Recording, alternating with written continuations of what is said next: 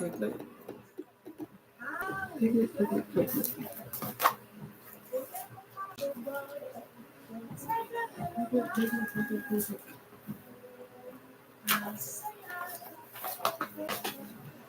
boy. Good evening, people. I'm 11 minutes late this time. No technical difficulty. Just have to type that stuff in there. Good evening, people. Good evening. Hope everybody can hear me. My mic check 1. My mic check 2. My mic check 3. Good evening, everybody. Hey, Miss Carla. Hey, Miss Carla. She on IG tonight. Hey, Miss Carla.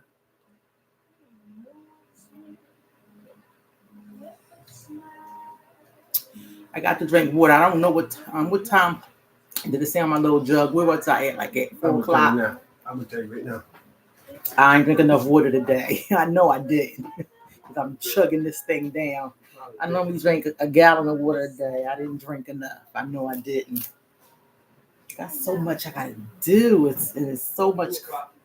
What? And I got to drink 4 of these.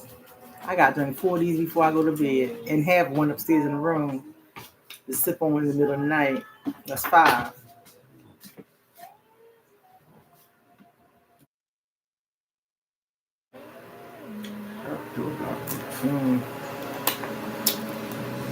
Enough with my fluid intake for right now. Good evening, everybody. It is almost the end of September. And we are in the autumn season where the weather's just nice. Hoodie weather, and boot weather. How y'all doing? You don't need no jacket on just yet. You can still kind of get into wearing shorts and a long sleeve shirt. That's that good weather. Nice breeze outside. Them kids don't know nothing about that. My grandma would call this a weather Indian summer. Don't know what she's talking about, but it's that good weather. How y'all doing this evening? How y'all doing? Welcome to the Trap Lounge. My name is Kimble Evans. I am your trap therapist. Before we get into this nice topic and subject today, we're going to get into our midweek check-in. I put 2 hearts up there today, 2 red hearts up there today, guys. I am feeling great. I'm feeling great. I am. I'm feeling great. Zeus, not today. Not today, brother. Not today. I want to hear that.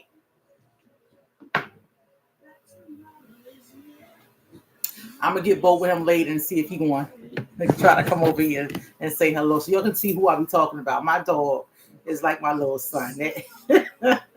He's a pain. No, you're not. No, you're not. I'm going to do something. Okay. No, you're not. Okay. I'm not. You're not.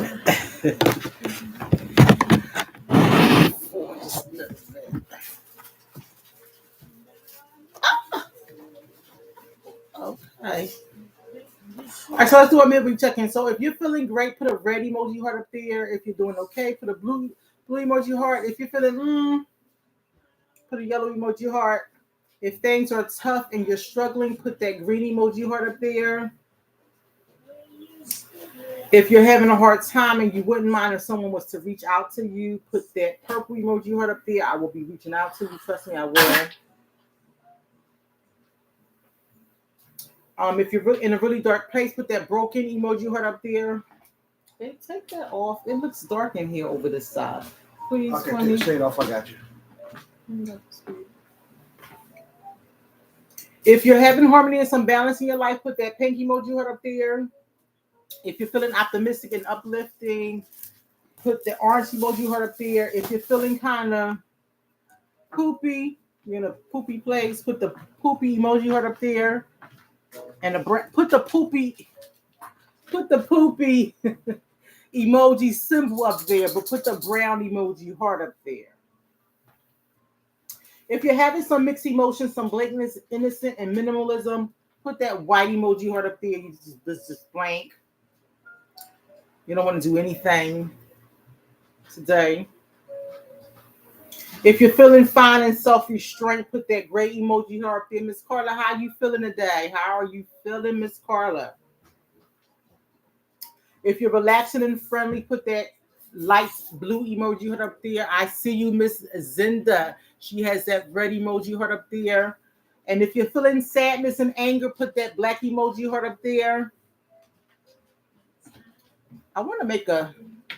I don't know if I don't even know if I'm gonna call it a zebra emoji heart. Just feeling in blankness and some anger and sadness all together. I felt that way last week. I was like, what is going on? My emotions, I guess that's the that menopause, they say, the pre-mena for me, because I'm not at that age quite yet, right? They say I don't know what age you're supposed to be at when you're going through everything at one time. You want to just stump on somebody real quick. Just you'll get what I'm saying. It's illegal to do that. You just want to. I don't know. Maybe I'll create something half black, half white. Yeah. I wasn't sad. I just was. I wanted to shake somebody. Maybe. Mm. And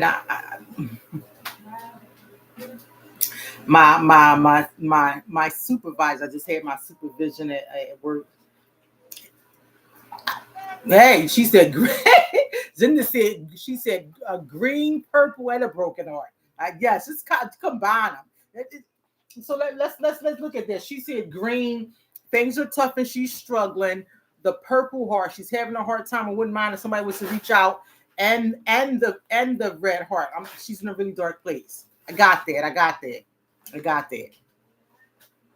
And so my supervisor, when I was in that space, um, I think it was September 9th. So it was about 3 weeks ago. Um, some therapeutic modalities don't work with people of color. I could not go home and scream in a pillow. That wouldn't do the job for me. I'm not gonna into a pillow. I couldn't hit a pillow. That's not gonna do it. That's not gonna do it for me. I can't punch something that does not feel. That does not work for me. I can't yell into the atmosphere. That does not work for me. Um, I ran on my treadmill a little bit. That worked until my heart started burning, and I thought I was going to pass out. Um, Sometimes you don't want to talk to somebody about your issues or problems because you feel like they're not really listening, or you feel like you're a burden on them. Because sometimes many people have their own baggage they have to carry. I know what my daughter did over the weekend that just passed. She created her own anger spot, and it was just so surreal. And when I went into the backyard, it didn't feel so angry. It just felt like this energy that they removed from it. And I was like, wow, I'm not even gonna like. I wanted to pry and open things to see what they did, but it felt like I needed to leave that space alone. Um, my kitchen looked a mess, but the only thing I can do at that time was to clean and arrange my kitchen. Hey, Miss Burke. So then that's what I did. That space out there felt like it didn't need to be touched. The energy, it didn't need to be touched because they did something out there. And I was telling her whatever that was in that at that time, because it was really late when they finished. It did not need to be touched. And so she sent me some pictures, and I was like, wow, this is something that was really nice that they created. I think they have them over in New Jersey. They call them anger rooms. They smash things, they break things. Um, and it's like really therapeutic for people. But she created their own space for herself and her friend. Some modalities again don't work. Some people again um, can't do breathing exercises to get those things out. Um, that's what I told my supervisor. Some things work for others, some things don't work for others. Right? You see my cup, you see my cup, you see my cup, you see my cup, you see my cup, you see my cup. I don't know how many of these I have purchased already, but they're awesome. Remember, these are on for our missionary. And so I think she's at the end of December, right? So they have Woke Up Blessed hats, shirts, cups, hoodies. Okay. I got my, I got mine. I got mine. I got mine. I got my mug. My husband got a mug. My best friend got a mug.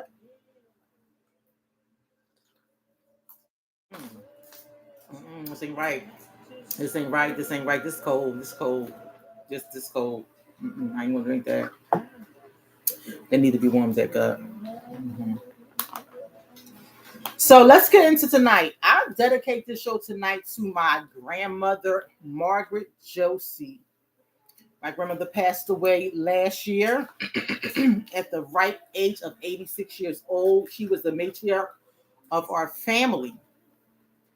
My grandmom did not have Alzheimer's. This was named after somebody who was, I think he was from Germany.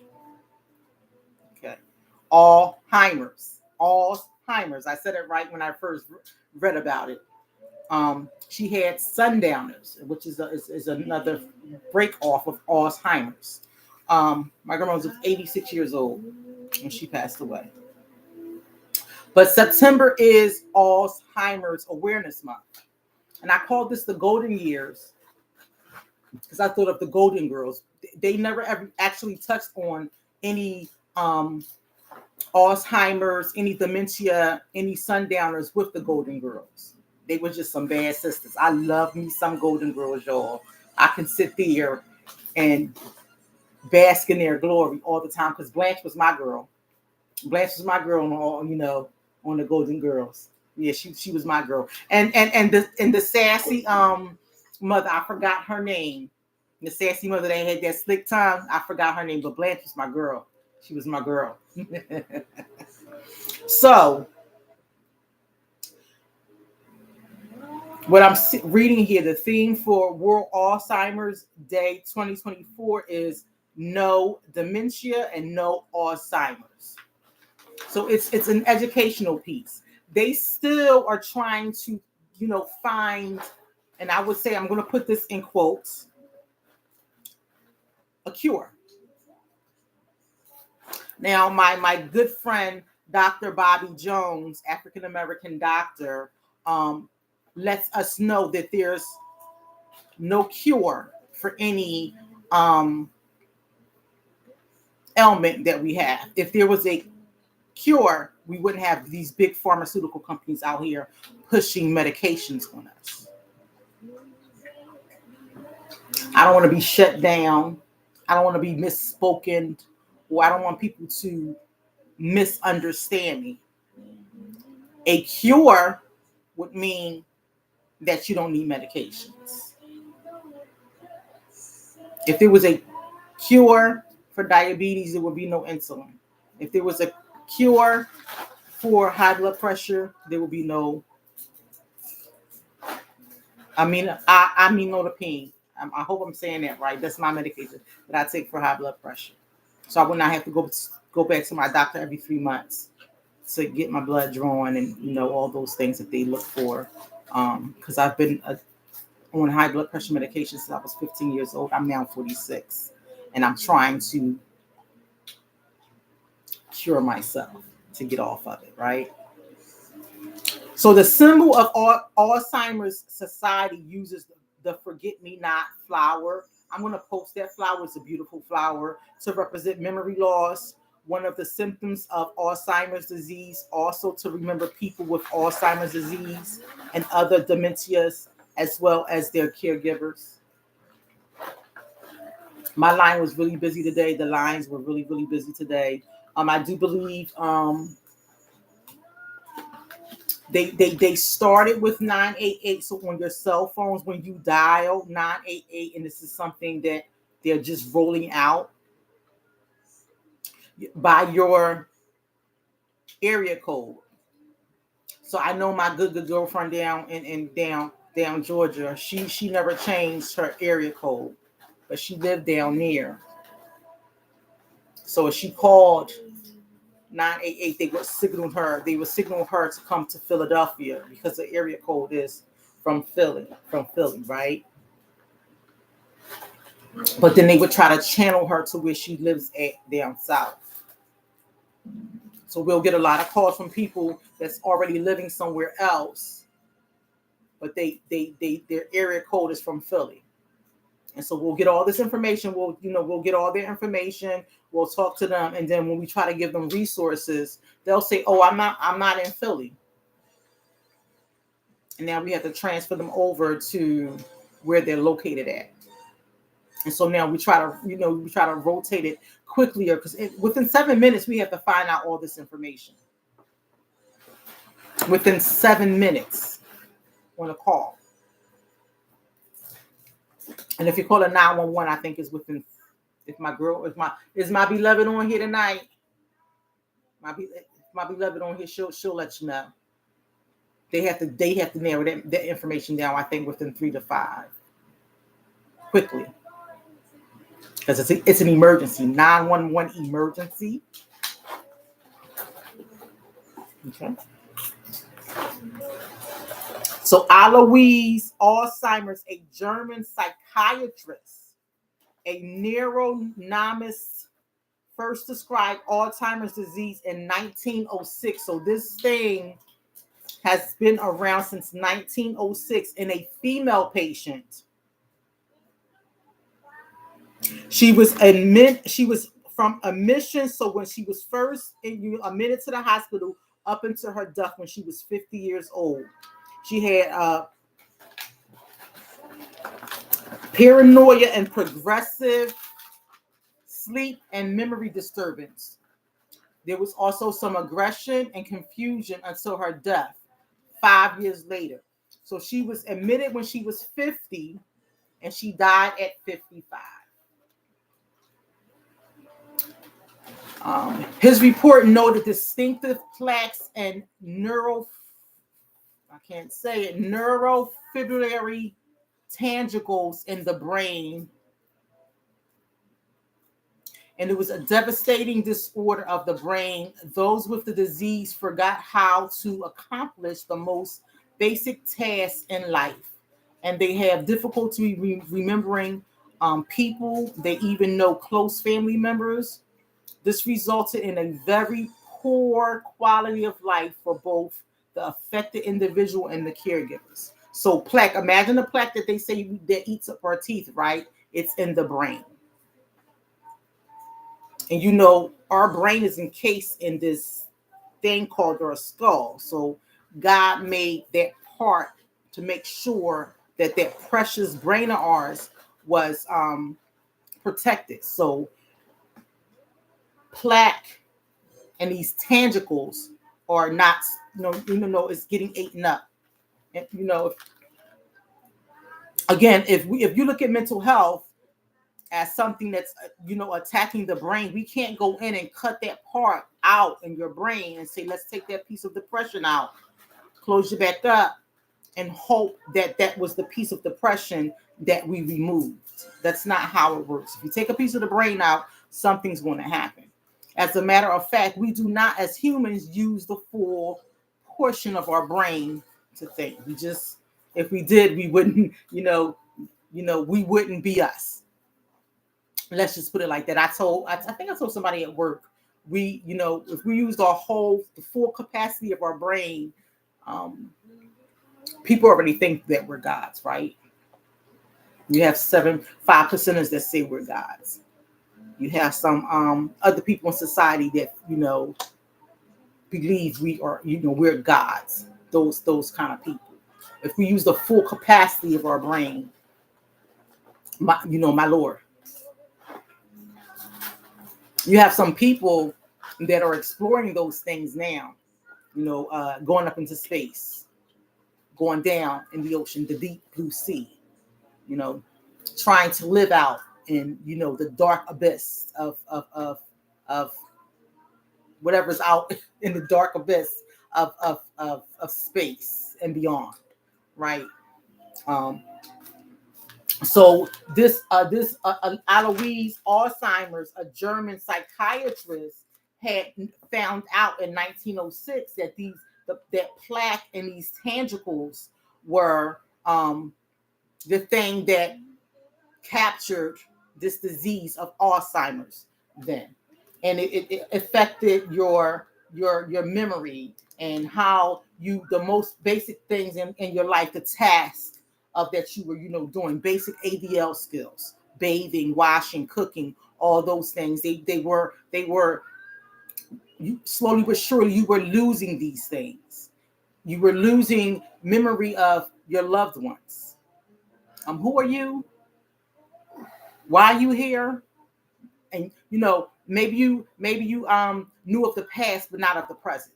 Where's my husband? Your husband's probably was gone, passed away 3 or 4 years ago. And who are you? And where's Gina at? And Gina, your daughter, probably had passed away 5 or 6 years ago, right?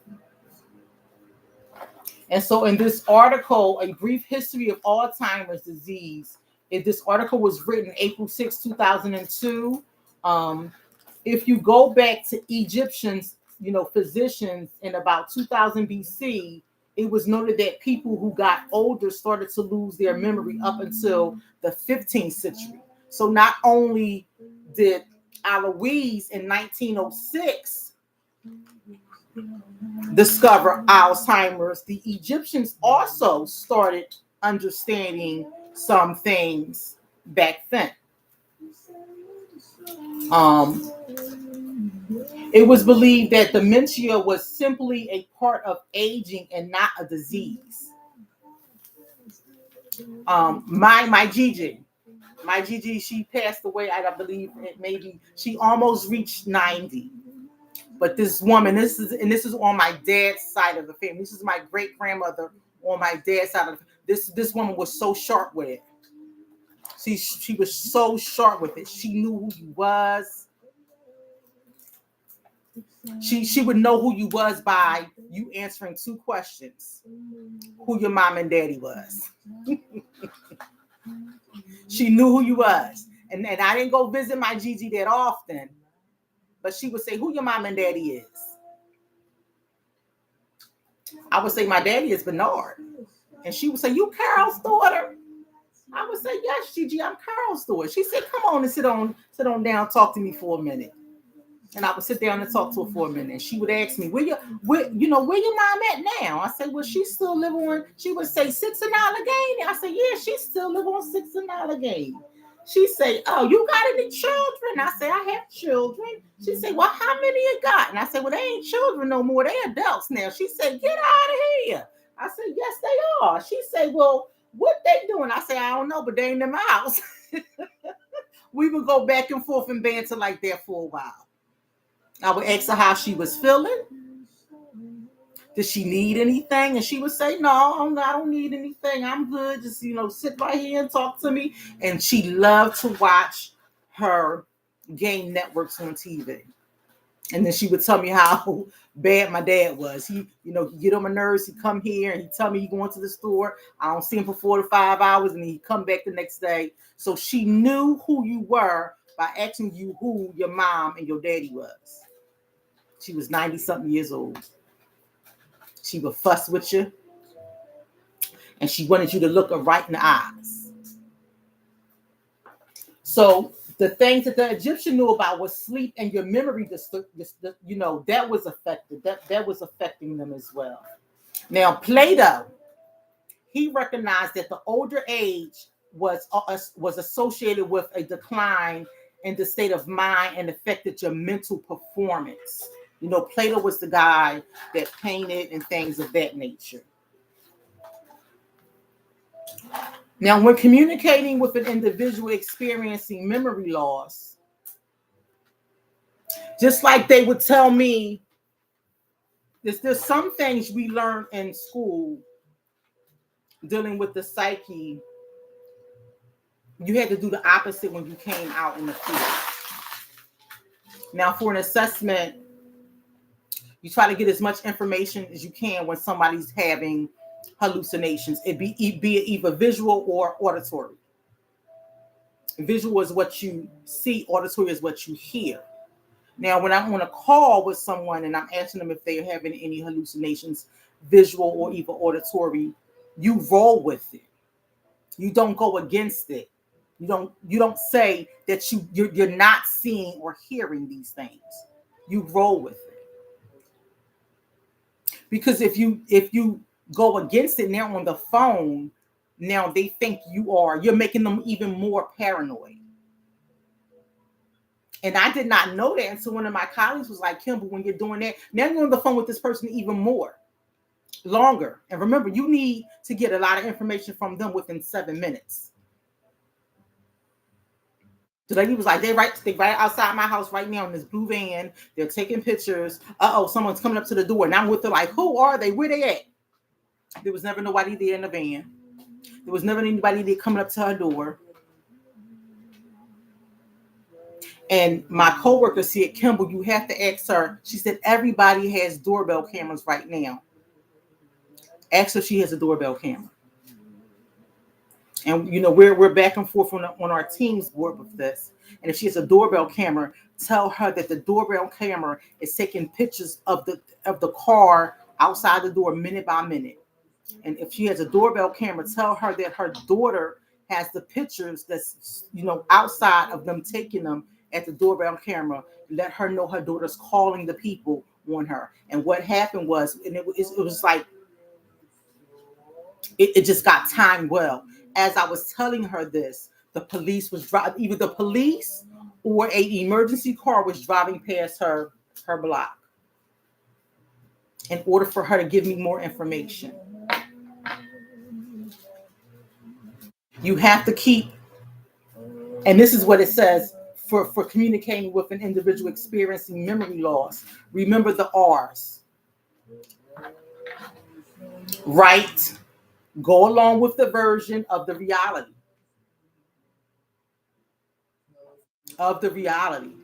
Don't talk them out of it because then they get defensive. Now, if there's a danger to it, like if they say I'm about to go out on this roof and walk on this roof, you don't see this rainbow bridge, that's not reality. We know that to be fair and true. That's not a reality. We're not going to go with that. We're not going to go with that. Mom, dad, aunt, cousin, sister, brother, there's no rainbow bridge across there. How about we go outside and see if this thing is sturdy before we even take that walk across the bridge? That's a reality.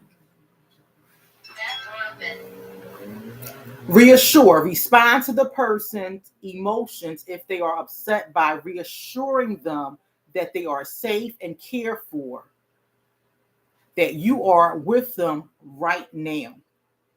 You're reassuring that person. I'm here. I had somebody the other day say, well, you know, I don't mean to hold you up. You might have other things to do. No, I'm here for you right now. I'm with you right now. Take all the time you need. Now, remember, we're supposed to get some particular questions answered within 7 minutes. Now, we're trained and properly trained to get those questions done within 7 minutes. But if this person needs to be reassured that we're here, particularly for them, that's all I'm going to be there for. I'm here for you right now at this moment in time. I'm glad you called. It took a lot of courage for you to call. Can you, sir, warm out for me? That's really hot. It took a lot. And it does take courage for people to call and reach out. It takes courage for somebody even to ask for help. And so someone that is their reality is slipping, your loved one, it takes courage for them to say something mentally, something is slipping. I remember when my grandmother came over here 6:00, 6:30 in the morning. I don't even know. It was early because I had got up that day. I think it was my 5:00 watch, 5 a.m. And I'm like, what are you doing here at 6:00, Grandma? Like, she was like, I gotta talk to you. And I'm looking outside like, what's going on? Can I come in?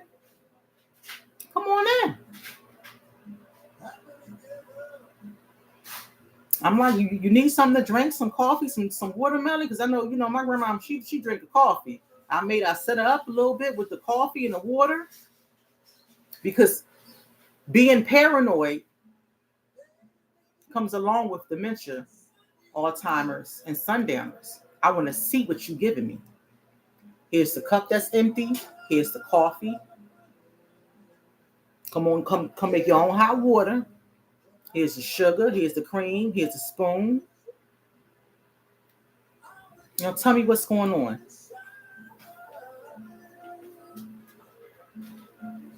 You are reassuring them, I'm here specifically for you. You have my undivided attention.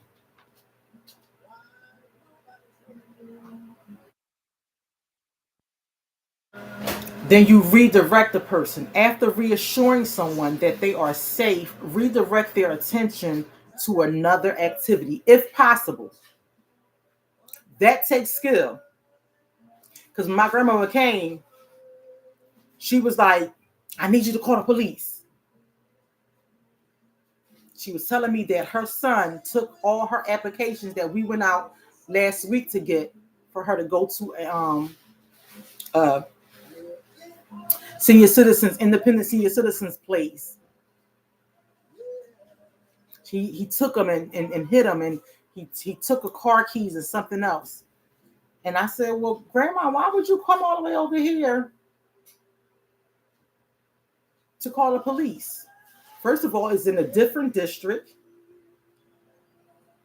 This is the 35th, and where you live is the 25th. I said, so just come sit down, calm your nerves. Let's drink our coffee, because she knew as a child she would give me some coffee out of her coffee cup to drink. So let's drink our coffee. We'll get to the bottom of it. Just drink our coffee. I kindly let her drink her coffee. I turned on the news. She loves the news. I turned on the news. She sipped her coffee. I asked if she wanted some fruit, because I know we had her coffee, and then, in the morning, she always had something. She broke her fast with some fruit while she watched the news. And then I was in the kitchen juicing. So I said, Grandma, you want to taste some of my juice? I make fresh juice. She said, sure, why not? While I'm in the kitchen juicing, I'm texting my sisters on the phone like, what is going on? Tell me something.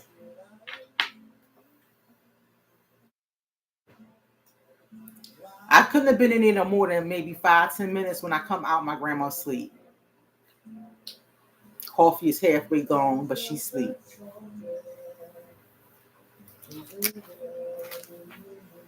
There are 3 stages of Alzheimer's.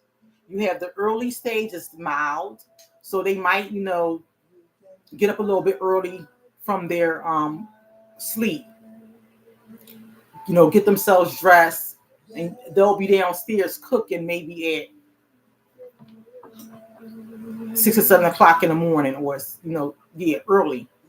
Where they're out the house before anybody else. That early stage, the mild stage. The middle stage is the moderate stage. They may be forgetting doctor's appointments, forget where they put their keys at. They may hide something from someone, thinking someone is taking things from them, and forget where they put things at. And then you have that late and severe stage. Ooh, this knee is tearing me up. Grandma, you in here tonight. Because my grandma right knee used to thump. And mine's just thumping right now. I don't need it, Jesus. I don't need it. Lord mercy. All right, and so the premise is dementia, demented or dementia, a loss of cognitive functions such as thinking, remembering, and reasoning that interferes with your daily life. It is not a normal part of aging. It is more common as people get older because of abnormal brain changes. Dementia symptoms trigger a decline in thinking skills, also known as cognitive abilities.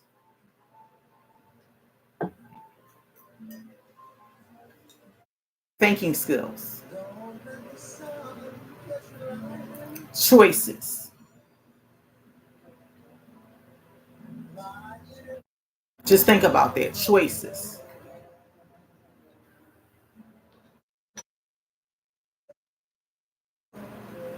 Your mom, your dad, your favorite aunt. I'm gonna say because I got a favorite aunt. Even though my mom didn't have any sisters, I still got a favorite aunt. Those choices sometimes get distorted. They can't think. My grandmother, we didn't know. We didn't know that she wasn't supposed to be driving.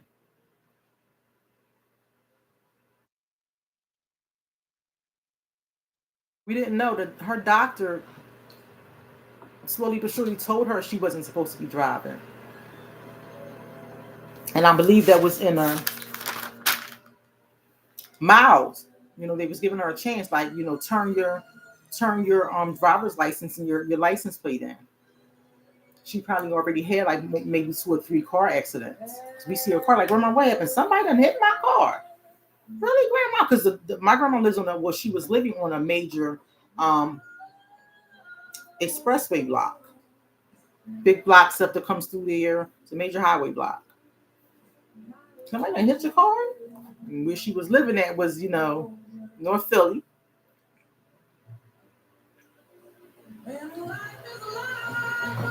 I'm just gonna say North Philly, but it's a highway block. And it's North Philly. Some people don't have no license, no insurance. Car probably ain't even theirs.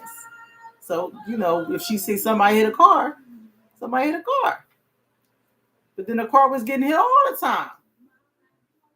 Slowly but surely, her primary care doctor turned her information into the DMV, and she wasn't supposed to be driving at all. So her choices got taken away because her cognitive ability to drive the car, the agility of driving, stop and to make sure you're not swerving into parked cars and things like that were short.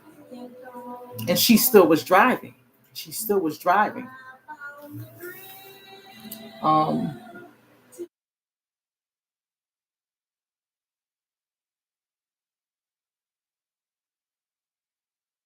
so dementia also affects behaviors, feelings, and relationships. I know my sister, both of them were really close with my grandmother. And the relationships, they didn't sever, but I think the emotional part of when your loved one, and I'm gonna go back to what Alios said about the female that had Alzheimer's in her 50s and she passed when she was 55 from it. Her name was Auguste Dieter. She has some paranoia, progressive sleep and memory disturbance, aggression, and confusion. Um, I believe my grandmother was wrapped up in that. My grandmother was the sweetest person. She had a wicked tongue though. She was really sweet, and I think that aggression and confusion in her end um, got to her. She's a really sweet lady, and I think it got to my especially my twin sister. Um, um, she took heart to that. And then I want to, Miss Carla, if you're still on here, if you can add some information about your loved one, because Miss Carla takes care of her mother, and Miss Carla's mom is the most sweetest lady. She loves to dance. When she hears some music on, she gets down and boogie. Miss Carla, I believe your mom was either a nurse or a school teacher. And there's some days that Miss Carla just like, Miss Kimble, my mom is getting on my everlasting last nerve. I know when my dad did not have Alzheimer's, but as being a caregiver, those nerves can be plucked. Um, Not feeling appreciated at times, when things are said, for your, when you're caring for your loved one, especially if you feel like you're the only one doing the caring for. Um, it's really difficult. Now, Alzheimer's disease accounts for between 60 and 80% of cases. Um, that's from the Alzheimer's Association. Sundowning, you see changes in the person's behavior. That's what my grandma was diagnosed with. In the later afternoon or towards the end of the day. During this time, the person may become intensely distressed, agitated. They may have hallucinations or delusions.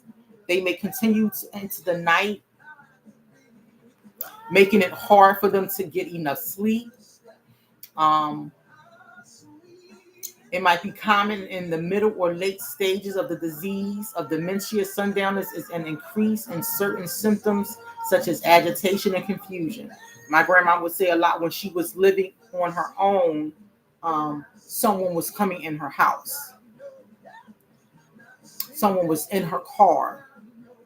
She called me one night and says, the man just came right up the steps, walked in my room, opened the window, and jumped out. I'm like, well, Grandma, where did he come from? Even when she was in the hospital, I think she had a fall and she was in the hospital. And my niece called me and said, they're asking for somebody to come sit with her because my grandmom had barricaded herself in the room. She would not allow anybody to come in there. It was during I believe it was not the 4th of July.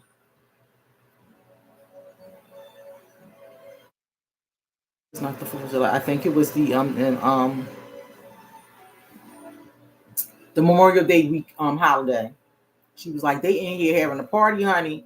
I don't know what they're going to do. I'm not going out there with them people. She said they all have white clothes on. I said, well, Grandma, you're in a hospital. They're supposed to have on white clothes. I said, the ones that have on the white clothes are the doctors. She said, I'm not going out there and they ain't coming in here.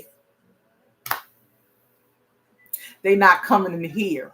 And so she called my niece, and my niece was so afraid. And the nurse and doctors were saying, she's trying to fight us. And I'm like, my grandma?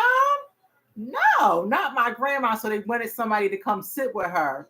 But, my sister couldn't go because she was, in her delusional state that my sister was against her.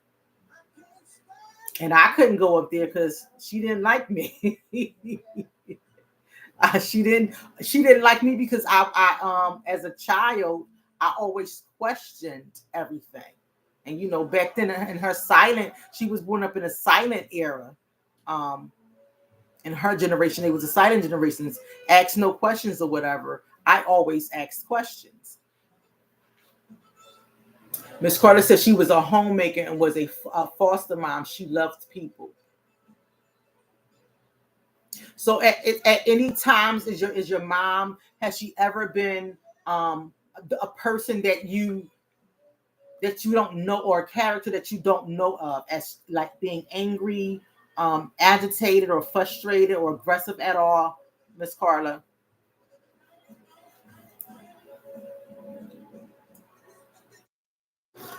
Mm. Yes, that's that coffee right there.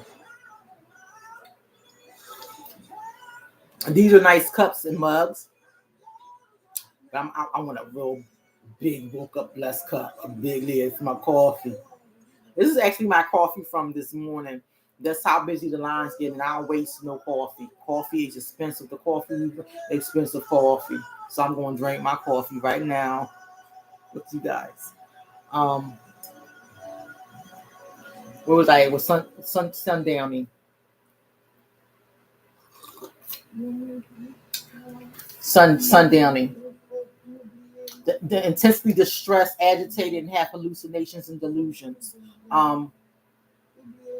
And of course, with me, going to school and focusing on certain modalities, due to my mother being diagnosed with mental health, I was focused on certain things like delusions, hallucinations,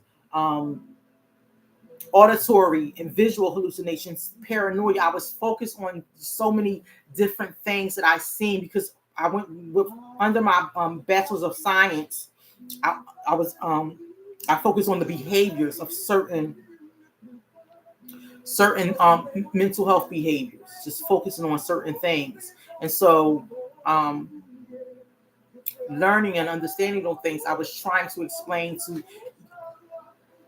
your family can be the hardest people to talk to when something's going on in the family.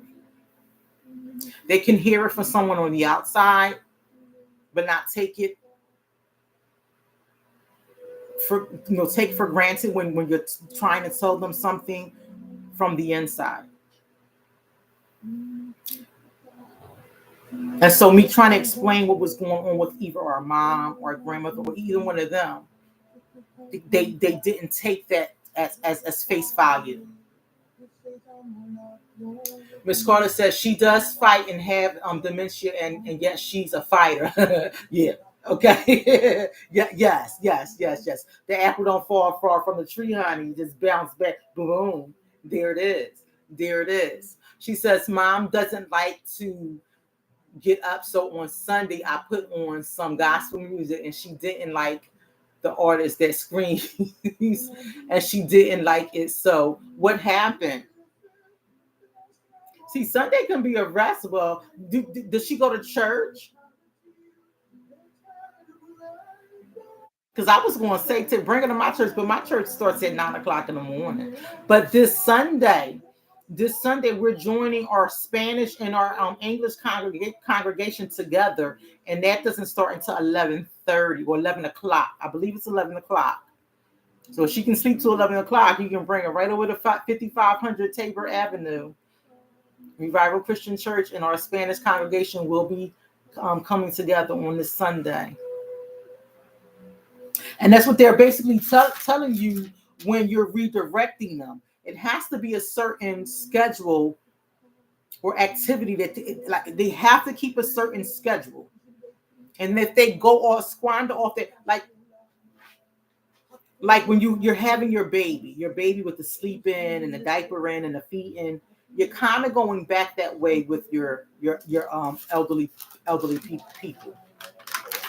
If you ever worked in nursing home care or any care facility, they have certain things, certain hours that they have, bathing them, getting them up in the morning, feeding them, lunchtime, and then those activities in the middle.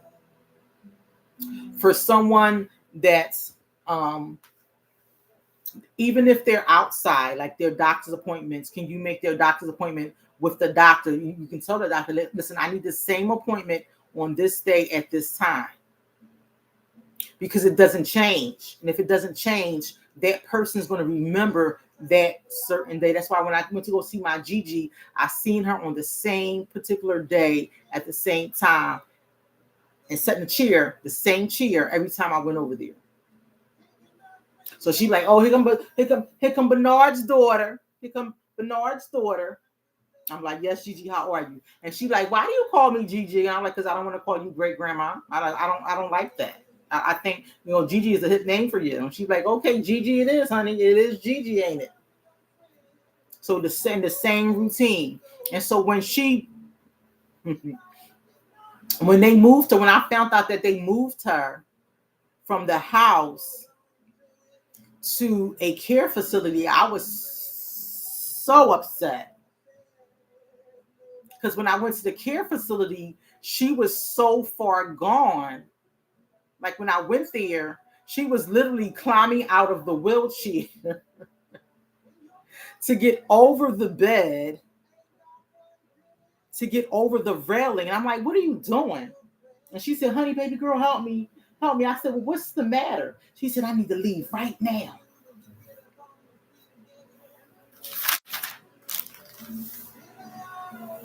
And I'm reassuring her, well, where are we going? She said, I don't know, but I got to get out of here. And I said, well, why? My Gigi, she was a drinker. She drank. She said, I need me a little sip. I said, well, I don't know where you're going to go get that from because I ain't got no money. All I got up here, she like cheeseburger and fries. I said, all I got is some cheeseburgers and some fries. She climbed back. She climbed back over the bed, got herself back. And the thing was, she had an alarm that was beeping on there, and no freaking body came. Because I'm like, look, I walked past the room, and I'm like, who is that? And I go in there, it's my Gigi climbing over the bed. Oh, trying to get out. And I'm like, what is you in here doing?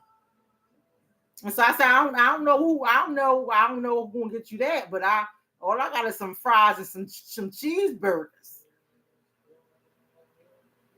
Because when I used to go see her, that's what I brought her. Fries and cheeseburgers.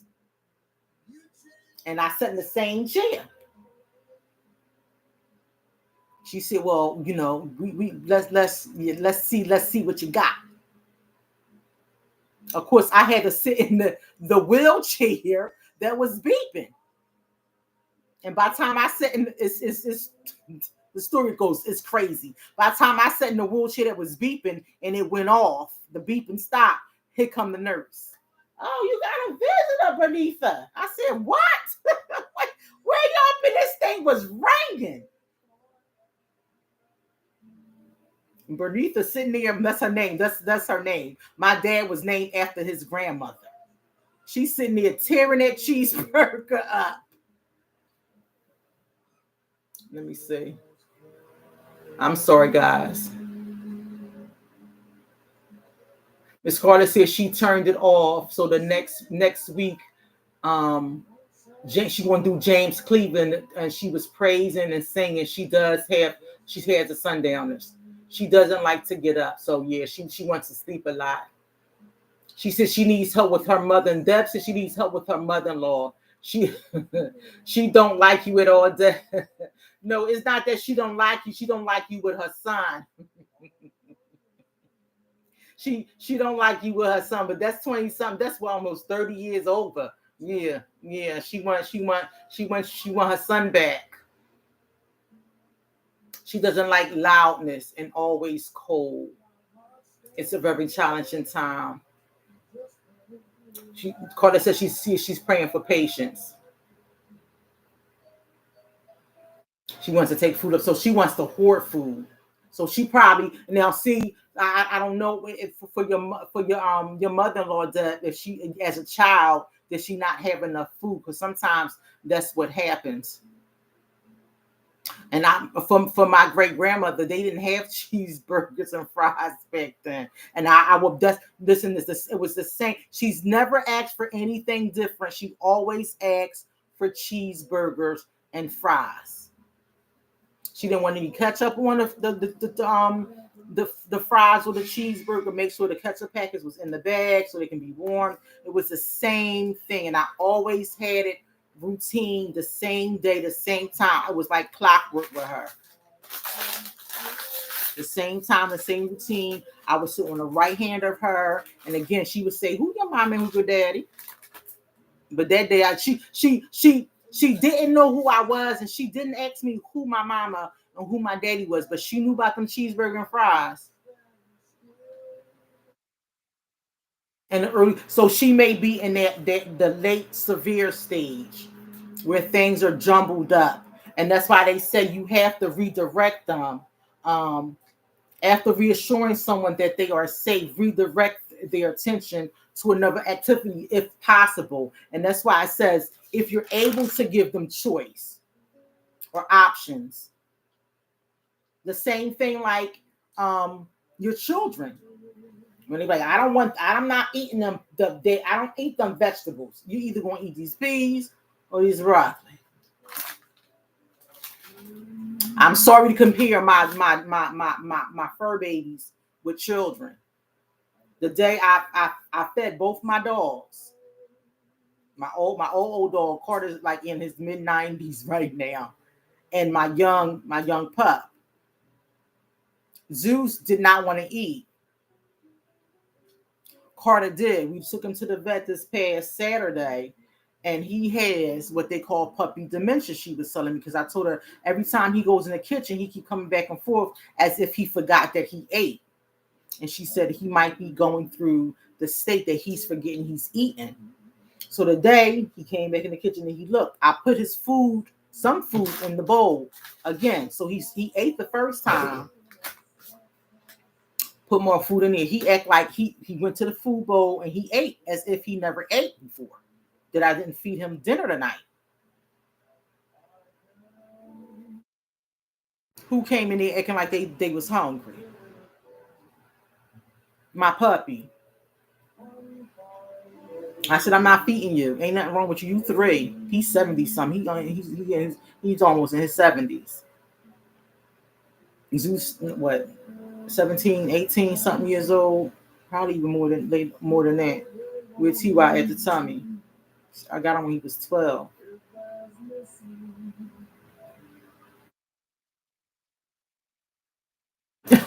Deb, you bet not. You bet. Listen, I don't have no bail money for you, honey. She said she praying that she don't go to jail. She keeps trying me over and over again. I just go.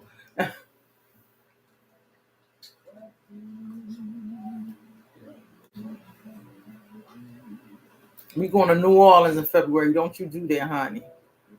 You better stop. I'm gonna get to that. I'm gonna get to that.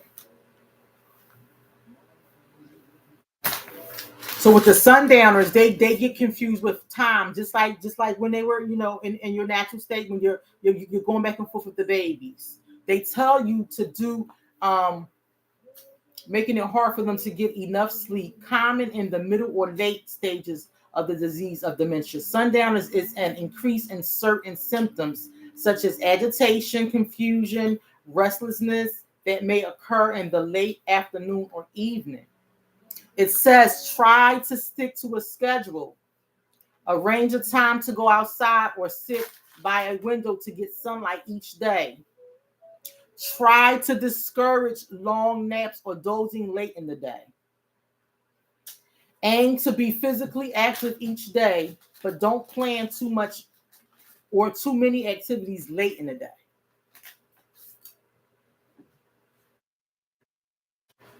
That's fine. That's fine. And I'm gonna tell you, a lot of African American or people of color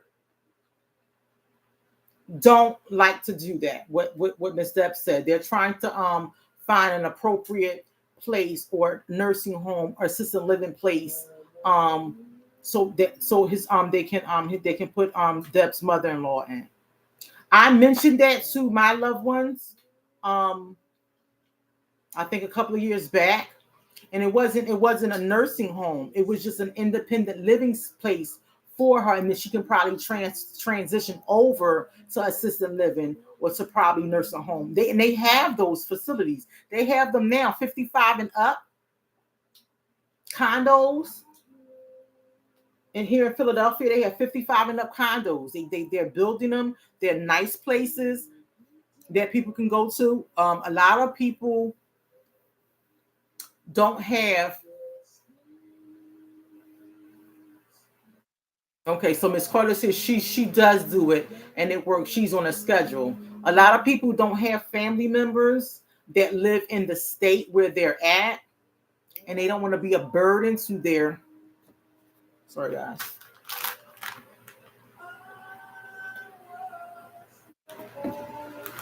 They don't want to be a burden to their adult children or their grandchildren. So they will make preparations for these 55 and up condominiums, these 55 and up um, apartments. What do they call them? They call them gated communities. And so when they get to that certain age, they have already paid off their property, so they just move right in when they're 55 and up. And then after that, once they're in there and they have any physical ailments and things, and they level them up to assisted living. And if they're unable to keep their state of health, they level them up again to nursing home. They have already is again, it's like a life insurance policy, right? You pay on your life insurance policy until that day that you depart, right? To you deceased, you passed away, and your family member will, cash that policy in, and you'll have an order of service. People are doing that now. It's out now. It's a big thing out now that they don't want that burden to be on their family. They're paying on it now.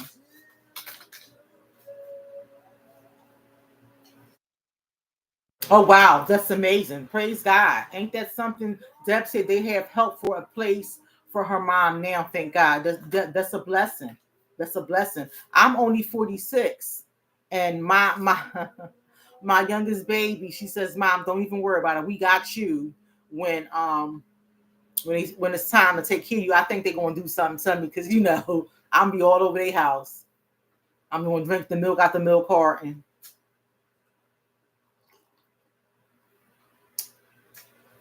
I'm gonna cook a big pot of food and not eat it all. Just have just to have a little spoon of it. You know, you know. Go eat some ice cream and just leave it on the table and let it melt all day. And just say, I forgot, I forgot. Roll a toilet tissue and put it in the toilet, toilet, things like that. I'm gonna get on their nerves. Get on their nerves. Leave the door open on purpose. I forgot. You know, things like that. But my babies, they said they're gonna take care of me. But I told them, I don't want to be a burden on my children. So I'm looking to set myself up and my husband as well. You know, when we get down south, when we get down there, I want to set something up for me and my husband. So we'll have that as well. I don't want to be a burden on, and I tell my kids, it's a lot for the caregivers.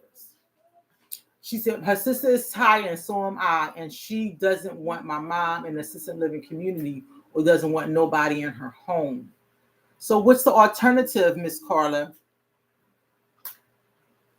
If you're tired and your sister is tired, what are you guys doing? What's the alternative?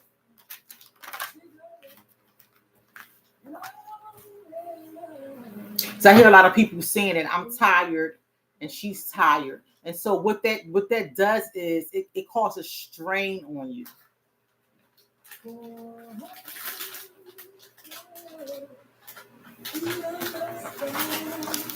I have the Alzheimer's Association number here. It's a 24/7 hotline. It's a helpline. That number is 1-800-272-3900. I'm going to leave that in the chat. I always leave information in the chat in the comments section for everybody to have. I'll leave some information in the chat. I enjoyed this segment tonight. Again, my grandmother, she was a very, very classy, classy lady, and then she was a very sassy woman. And then at the end, even when I say my grandmother was classy, this woman never smoked before in her life. She never drank at all. No alcohol, no smoking, no drugs, no anything. She never had a profound curse word come out of her mouth. My grandmother owned 3 properties in the city of Philadelphia. She was a very prominent woman. At the end, That lady cussed like never before. She maybe had probably 2 or 3 drinks. I think, I don't know, was it burger or gin? They was telling me, and I was floored. I was floored. She would tell you off. She always did that. She kept it like it was, like it was. She never held her tongue. Um, but before she left this place of earth, she was able to spend time with her son, and she dropped some nuggets off with him to let um her family know, her girls, her grandchildren, her know. Um, I guess why she was the way she was, and you know, she released all those things. Now, what Miss Carter said, I asked her what was the alternative. Um, she said her sister's tired and she's tired, and they don't want nobody else to take care of her or in the home. So Miss Carter said they do nothing. They said they just want to keep taking care of her. And Deb said, I would make I would make me go. Well, she said she's Deb. She said it will make me want to go to jail and pray for Miss Carla. She said she gave her plenty of numbers, and she said, "Here's a book I'm reading, Caring Well by Janae Porter King. It's a 90s self-care devotional." Wow, thank you for that. Did you buy that off of Amazon, Miss Carla? Caring Well by Janine Porter King. A 90, it's a 90s self-care devotional. I know with my time with my dad, again, he did not have Alzheimer's dementia. He just had some medical issues. And even with his substance use, it was difficult, um, wanting him to get better, wanting him to stop, um, and then having him decline slowly. He declined slowly. And then when it was rapidly, my prayers for him was, God, spare my father, spare him, spare my daddy. And when it was rapid, I did not want my father to suffer. That I love that man so dearly. I still love that man so dearly, and he's not here. He's not here. So um, I know what our parents mean to us. Um, and I would say self-care. Make sure you're caring for yourself. Um, Make sure you have someone you can talk to um, when you're feeling overwhelmed. Um, Reach out.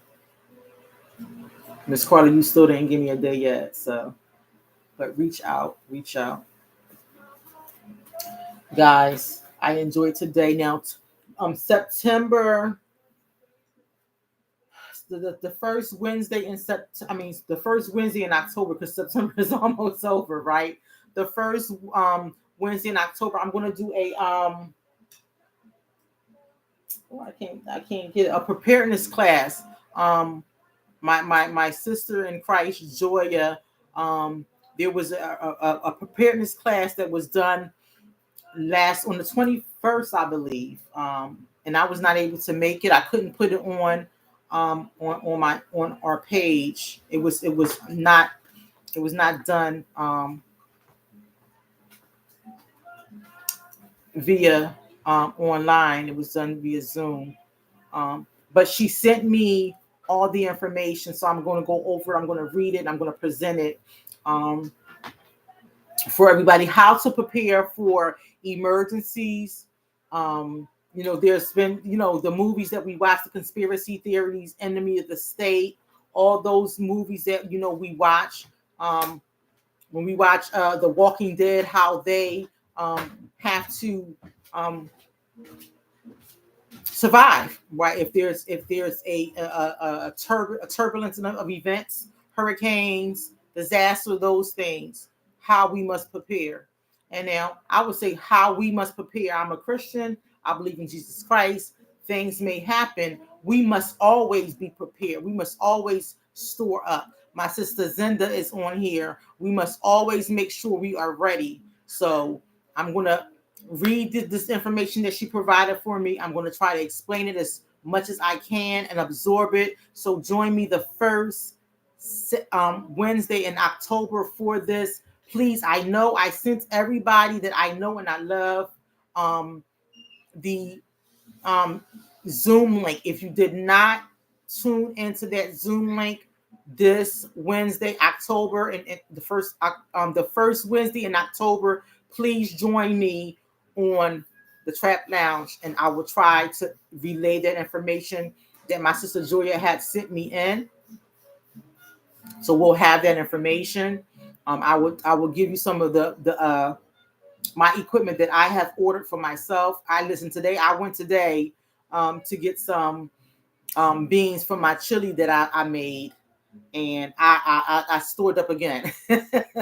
I stored up so much. I told the lady, I don't even think I got some money to pay for this stuff. I had so much stuff in my cart, and she just looked at me like, "What?" I said, just keep going. If it go overflow, it go overflow. But praise God, I had enough in my wallet to get what I had in that cart. So I am storing up. You should be storing up with canned goods, with dry beans. Zen said you can store up on cereal. You can crush it up and make a flour. People get ready, get prepared. They are testing us as we are speaking now with the water. They have tested us with the water. They tested us with the what else did they test us with? With the banks, with these cards, with with the Microsoft. They are testing us now. Trust me, there is something coming. Are you prepared? Are you prepared? Okay. So I will see you guys next Wednesday, October, whatever that first Wednesday in October is. Be prepared, guys. Right? Get a pen and pad because it's going to be some information. I know Joya. I know her. It's going to be some information that you guys is going to need. A matter of fact, like I said, I'm going to read through her information and I'm going to be writing some stuff down. I know she gave me information. I know the information is good. So are you prepared? Next Wednesday in October, join in.